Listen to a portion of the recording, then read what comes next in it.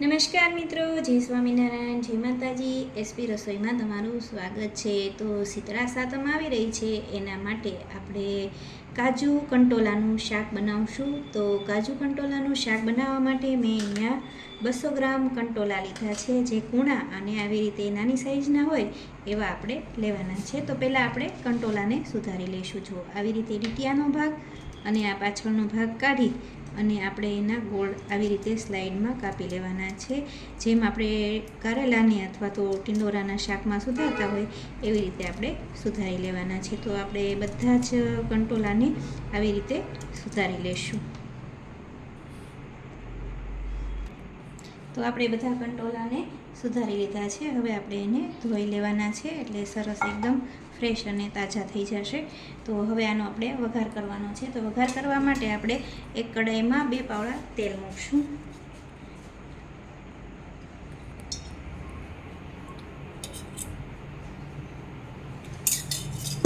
આપણે કાજુ કંટોલાનું શાક બનાવવાનું છે. તો મેં અહીંયા 100 ગ્રામ કાજુના ટુકડા લીધા છે. જો આવી રીતના મોટી સાઈઝના આવે એ મેં ટુકડા લીધા છે. હમણાં આપણું તેલ ગરમ થાય એટલે આપણે એમાં એને થોડા બ્રાઉન કલરના થાય ત્યાં સુધી શેકી લેવાના છે.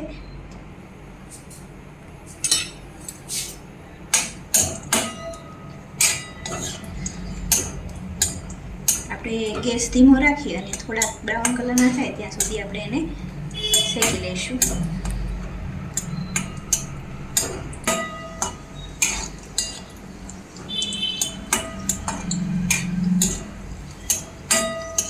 થોડાક આછા બ્રાઉન કલરના થાય એટલે આપણે એને એક વાટકીમાં લઈ લઈશું.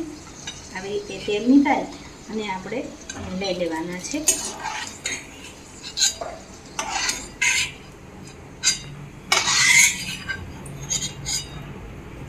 હવે આપણે આવા ગોલ્ડન બ્રાઉનના કલરના થાય ત્યાં સુધી આપણે એને શેકી લેવાના, એટલે શાકમાં આનો ટેસ્ટ ખૂબ જ સરસ આવશે. તો હવે આપણે શાકનો વઘાર કરીશું. હવે આપણે કાજુ તળેલા તેલમાં જ આપણે શાકનો વઘાર કરવાનો છે. તો આપણે થોડીક રાઈ નાખશું. રાઈ ફૂટે એટલે 1 ચમચી જેટલું આપણે જીરું નાખશું અને હિંગ એડ કરી દઈશું. અને આપણે 1 ચમચી જેટલા સફેદ તલથી વઘાર કરવાનો છે. તો આપણે અહીંયા 1 ચમચી જેટલા સફેદ તલનો ઉપયોગ કરશું.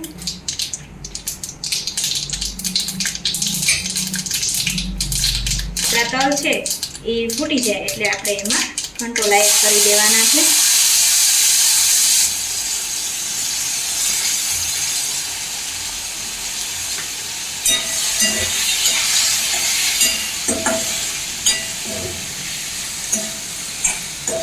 કંટોલાના શાકનો વઘાર જો તમે સફેદ તલથી કરશો તો ખૂબ જ સરસ લાગશે. તો આપણે આવી રીતે મિક્સ કરી દઈશું. આપણે કંટોલાનું શાક લોયામાં બનાવી રહ્યા છીએ એટલે આપણે એને થોડીક ચડતા પણ થોડીક વાર લાગશે.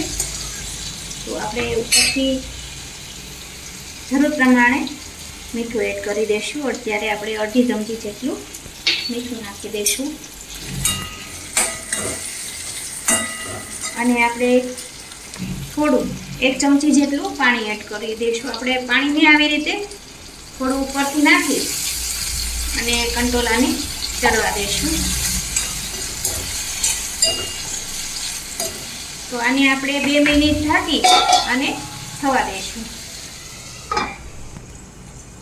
2 મિનિટ જેવું થઈ ગયું એટલે આપણા કંટોલા જે છે એ એકદમ ચડી ગયા હશે. તો આપણે એને ચેક કરી લેવી. તો આપણા જે કંટોલા છે એ ચડી ગયા છે. હવે આપણે એમાં બીજા મસાલા કરી લઈશું. તો પહેલાં તો આપણે કાજુને એડ કરી દઈશું. પછી આપણે ઝીણું સમારેલું ટમેટું એડ કરી દઈશું. જે ખાટા ટમેટા હોય છે એનો ઉપયોગ કરવાનો છે અથવા તો લીંબુનો કરવાનો. અત્યારે હું અહીંયા ટમેટાનો ઉપયોગ કરું છું. અને 1 ચમચી જેટલું ધાણા જીરું પાવડર નાખી દઈશું અને 2 ચમચી જેટલું કાશ્મીરી લાલ મરચું નાખશું. એટલાથી જે શાક છે એ એકદમ કલરફુલ લાગશે. 1 ચમચી જેટલી આપણે ખાંડ એડ કરી દઈશું અને 1 ચમચી ગરમ મસાલો નાખી દઈશું. જે આપણે રેગ્યુલર રસોડામાં વાપરતા હોય એ જ આપણે આમાં યુઝ કર્યો છે. આપણે છઠને દિવસે આવું શાક બનાવી અને સ્ટોર કરી દઈએ તો આપણે સાતમને દિવસે થેપલા સાથે અથવા તો તમે જો બાજરાના રોટલા બનાવતા હોય એની સાથે ખાવાની ખૂબ જ મજા આવે એવું આ શાક બનીને તૈયાર થઈ જશે. તો બધું મિક્સ થઈ ગયું છે અને આપણું મસાલો છે એ થોડોક ચડી જાય ત્યાં સુધી આપણે એને રહેવા દઈશું.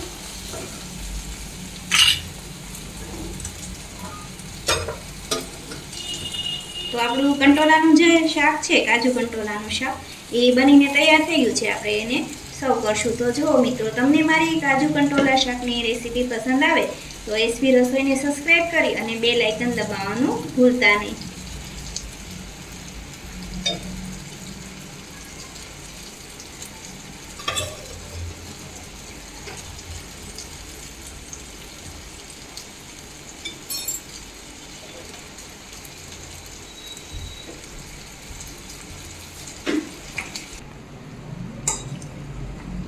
તો આપણું એકદમ ટેસ્ટી અને કલરફુલ એવું આપણે સાતમને દિવસે ખાઈ શકવી એવું કાજુ કંટોલાનું શાક બનીને રેડી થઈ ગયું છે.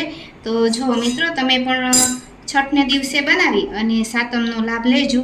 તો એકદમ સરસ ટેસ્ટી આપણું શાક બનીને તૈયાર થઈ ગયું છે. આપણે ઉપરથી થોડા લીલા ધાણા એડ કરી દઈએ.